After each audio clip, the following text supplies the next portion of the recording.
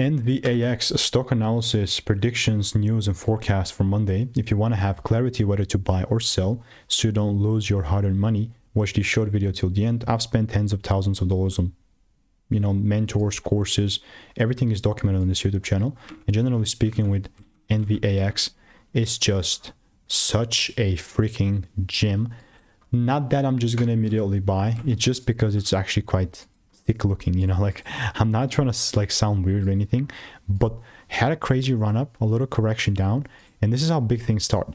But I'm actually just gonna start getting far more excited the moment I start seeing double breaks occur. If they do not, then I have no idea or business doing anything else really. So I'm not gonna really follow.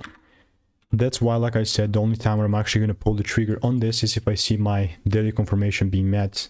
I mean, if it's not, it's all good, I'm not just gonna sit here trying to force it, but like I'm just saying it must be met in order for me to move forward. And if you want to make more money trading in a simple way, just weeks blueprints in the Discord, click the first link in the description.